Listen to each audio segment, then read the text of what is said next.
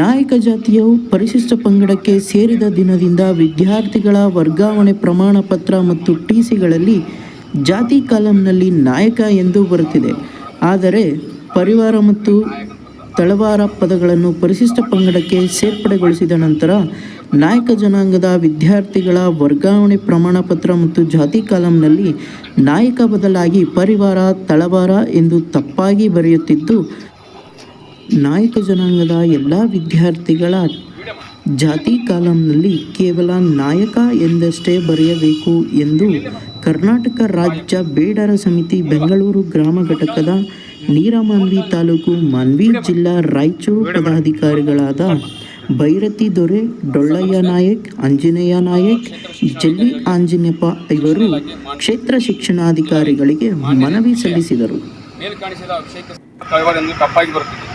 ಜಾತಿ ಕಾಲಂನಲ್ಲಿ ನಾಯಕ ಎಂದಷ್ಟೇ ಬರಬೇಕು. ನಮ್ಮ ನಾಯಕ ಜನಾಂಗದ ವಿದ್ಯಾರ್ಥಿಗಳು ಜಾತಿ ಪ್ರಮಾಣ ಪತ್ರಗಳಲ್ಲಿ ಸಹ ನಾಯಕ ಎಂದಷ್ಟೇ ಇರುತ್ತದೆ.